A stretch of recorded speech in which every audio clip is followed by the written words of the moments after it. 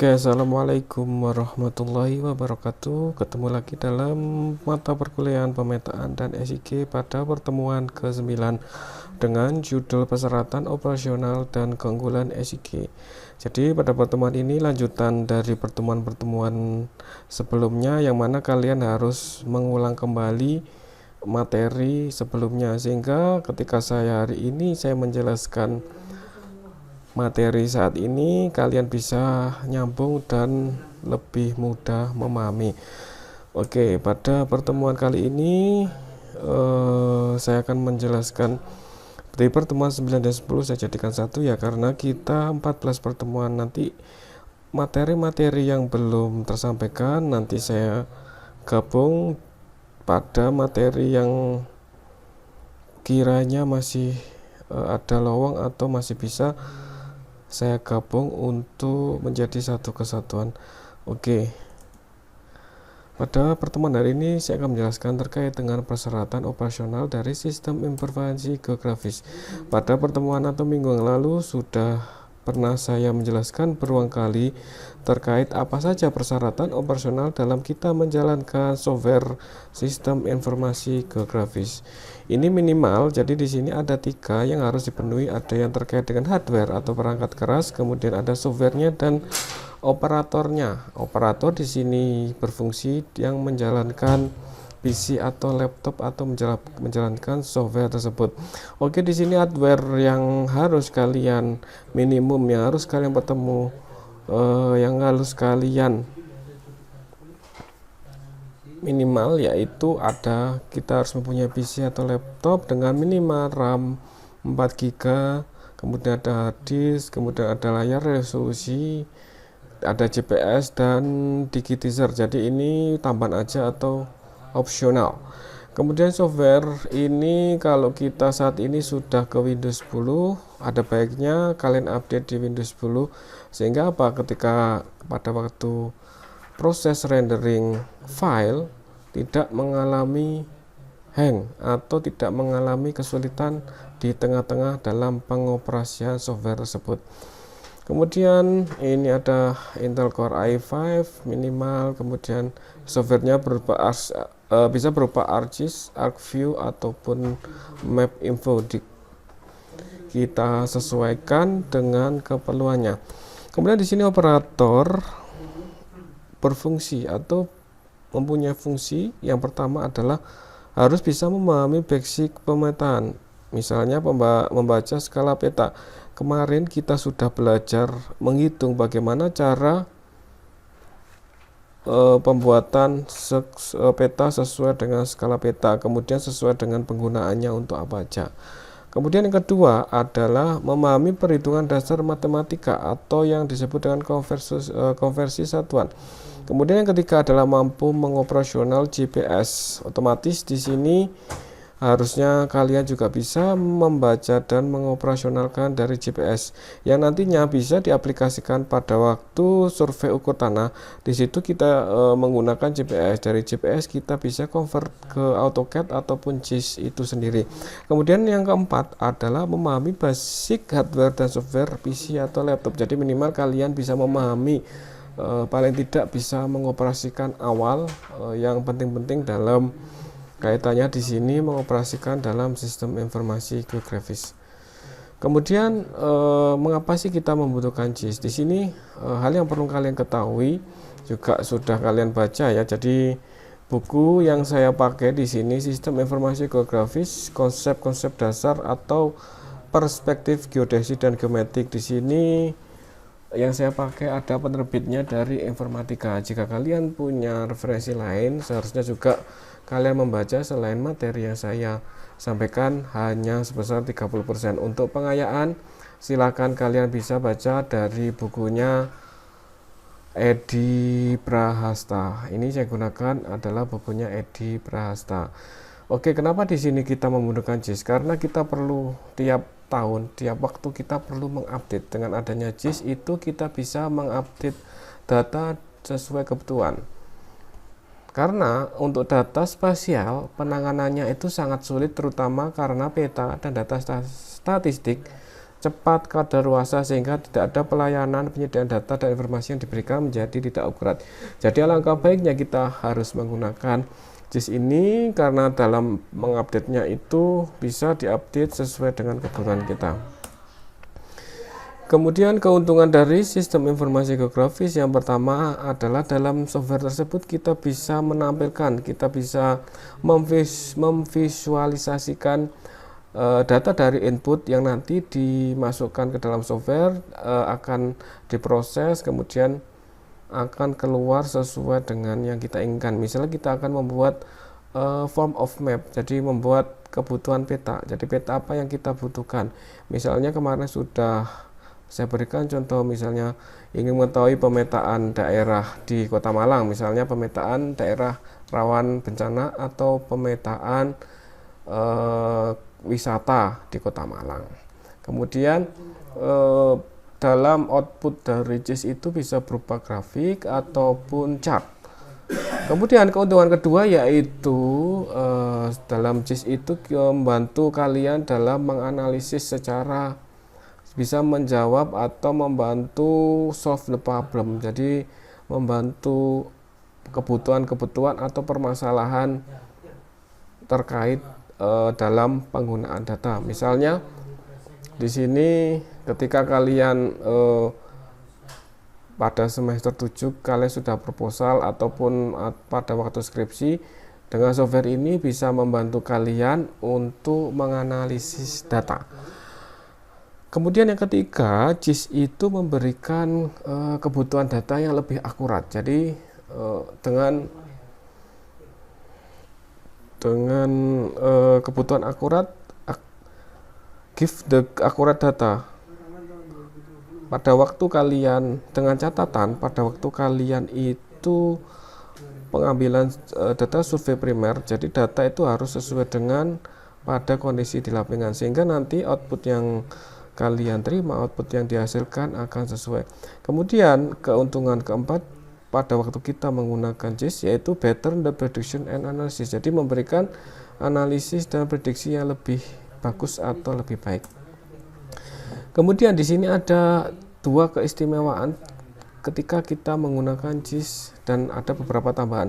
Yang pertama ada analisa proximity atau analisis proximity dan analisis overlay. Kemudian ada tambahan berupa tanda tambahan selain dua analisis ini.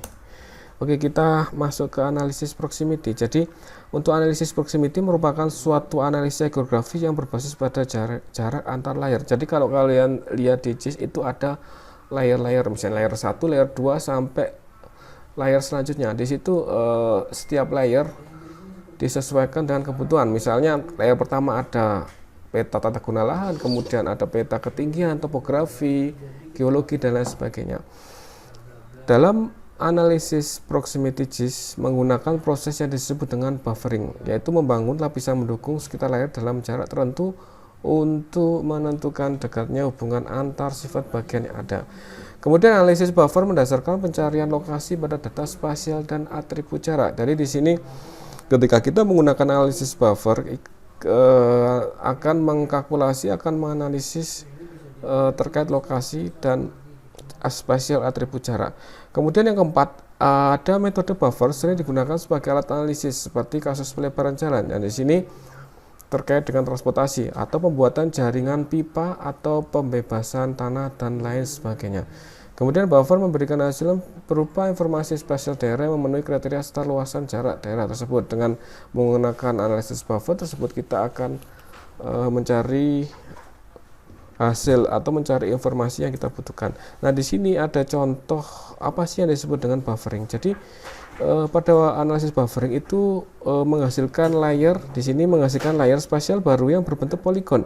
Jadi yang kalau saya jelaskan yang minggu lalu ada berupa titik atau dot, ada berupa poligon. Dan di sini berupa poligon yang melingkupi suatu objek sebagai pusat, sehingga dapat memampukan seorang user atau pengguna seperti kita untuk membuat suatu jangkauan atau batasan dari area tersebut, area tertentu.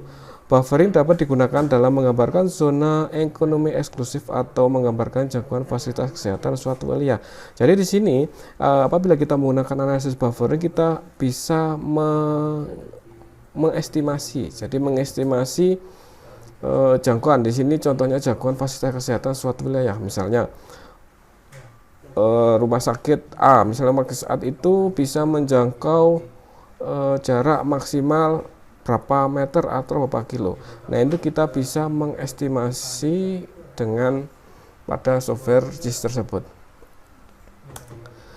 Kemudian yang kedua, di JIS itu ada namanya analisa overlay. Nah, kemarin juga sudah saya memberikan contoh terkait analisis overlay. Yang pertama, proses integrasi data dari lapisan-lapisan lain yang berbeda disebut dengan overlay. Jadi, kalau di sini ada gambar, ada berbagai macam lapisan yang berbeda. Misalnya lapisan pertama ada layernya untuk peta sungai, yang kedua ada peta jalan, yang ketiga ada peta guna lahan atau peta tata guna lahan, yang keempat ada peta dasar atau peta topografinya.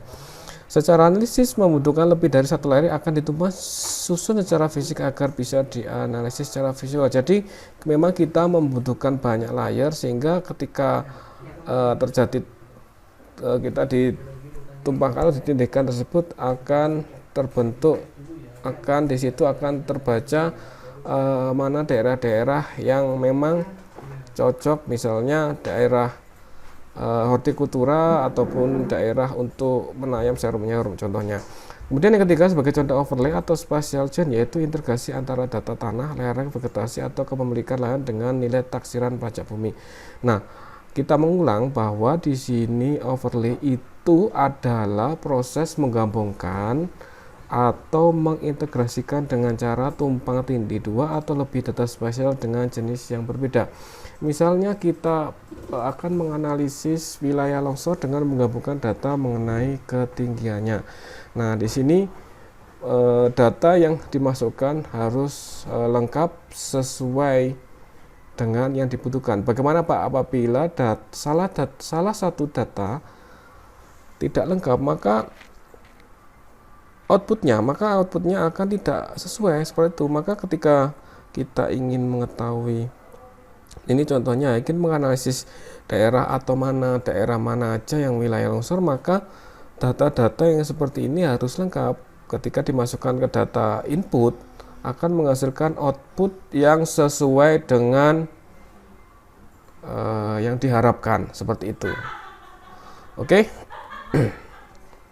Jadi kalian harus paham, jadi jangan hanya dihafalkan ataupun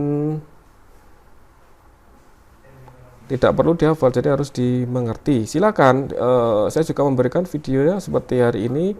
Video-video sebelumnya juga menjelaskan jika kalian ternyata lupa ataupun belum mengerti bisa diulang-ulang, sudah ada judul dan tanggalnya ya di video sebelumnya. Kemudian tambahannya yaitu di JIS itu bisa menganalisis grafis, yaitu memudahkan membaca peta, menganalisis sebuah fenomena. Kemudian grafik dapat ditampilkan secara bersama-sama dengan peta baik dalam bentuk grafik ataupun dimodifikasi menjadi peta tematik. Nah, ini melanjutkan, nanti saya kasih contoh bagaimana saya membuat peta tematik. Selain ada keuntungan, pasti juga ada kerugian dalam kita menggunakan JIS, tapi kerugiannya itu tidak sebanding. Jadi ini saya tampilkan beberapa ya ketika kerugian dalam menggunakan JIS. Yang pertama adalah excessive damage in case of internal fault. Jadi ketika mengalami kerusakan, misalnya dalam software kalian mengalami korup, maka akan hilang seluruhnya. Seperti itu kerugiannya. Kemudian ini softwarenya expensive software, jadi kalau kita membeli secara legal memang harganya itu ya cukup mahal, tapi sangat worth it apabila digunakan kalian untuk menganalisis data. Kemudian dalam upaya pengintegrasian dengan map yang tradisional itu sangat sulit karena memang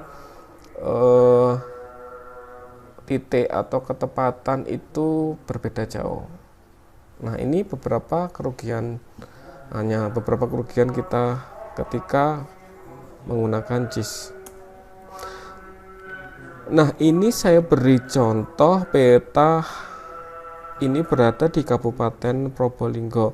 Di sini bisa kalian lihat bahwasanya ada beda pewarnaan antara kecamatan dan kecamatan satu dengan kecamatan lain. Di sini memang perbedaannya untuk membedakan atau sebagai pembeda antara satu kecamatan dengan lain. Di sini juga sudah ada judul, kemudian ada pemerintahan kabupaten, judul peta, kemudian ada legendanya apa aja. Ketika warnanya merah itu jalan arteri, kemudian agak tipis itu jalan kolektor dan sebagainya. Ini sesuai dengan standarnya. Kemudian ada sungai berwarna biru. Nah, di sini selain itu juga ada arah mata angin, utara, selatan, timur, barat, kemudian ada skala batang. Kemudian di sini ada nama CV. Ini CV saya ketika membuat peta, ada kegiatan pengembangan kawasan peternakan. Jadi di sini peta administrasinya, jadi batas wilayahnya. Kemudian, nah di sini peta tematik juga terkait dengan pembagian kawasan agropolitan. Jadi di sini bedakan antara timur dan barat, mengelompokkan di kawasan agropolitan dengan pewarnaan yang berbeda. Kemudian juga kita memasukkan data yang dibutuhkan ketika kalian membagi wilayah. Misalnya di sini wilayah barat sebelah kiri dan wilayah timur ini suatu kawasan yang berada di Kabupaten Probolinggo untuk wilayah agropolitannya. Nah, ini di legenda otomatis harus mencantumkan warnanya sehingga bisa mudah dibaca. Ada skala, jangan lupa, kemudian ada ketika ada sumber datanya, sumber petanya harus juga dicantumkan. Nah, ini contoh peta tematik. Apa peta tematik? Silahkan dipelajari di pertemuan sebelumnya pengertiannya. Kan sudah, kemarin juga sudah saya berikan tugas 1, tugas 2, dan ujian tengah semester. Kemudian mohon diperhatikan ya, apabila dalam pengumpulan tugas diperhatikan bahwasanya ketika mengumpulkan tugas silakan dicek bahwa tugas yang kalian kirim itu benar-benar terkirim sempurna. Oke, itu pesan saya. Terima kasih. Silakan apabila ada pertanyaan, kalau bisa saya jawab, akan segera saya jawab. Terima kasih. Cek Google Classroom-nya, semua materi yang saya sampaikan. Terima kasih. Wassalamualaikum warahmatullahi wabarakatuh. Tetap semangat ya.